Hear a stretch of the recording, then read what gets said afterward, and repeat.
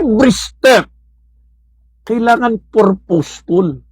Lahat ng hakbang, lahat ng galaw, lahat ng isip, lahat ng plano, dapat nagdadala papunta at palapit sa iyong destiny. Sa iyong God-given calling. Destiny is a gift, but destination is the GPS.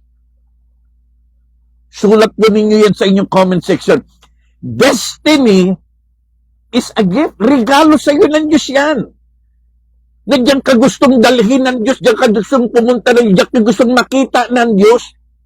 Destiny is God's gift to us, but destination is the GPS. Hindi automatic na magiging presidente ka, hindi automatic na magiging senador ka, hindi automatic na magiging congressman ka. Maaaring yun ang destiny mo. Pero dapat may goal ka. May hakbang at plano ka, paano ka pupunta doon. Gusto ni Lord ma-promote ka. Gusto ni Lord maging successful ka, pero kailangan meron kang hakbang at planong ginagawa.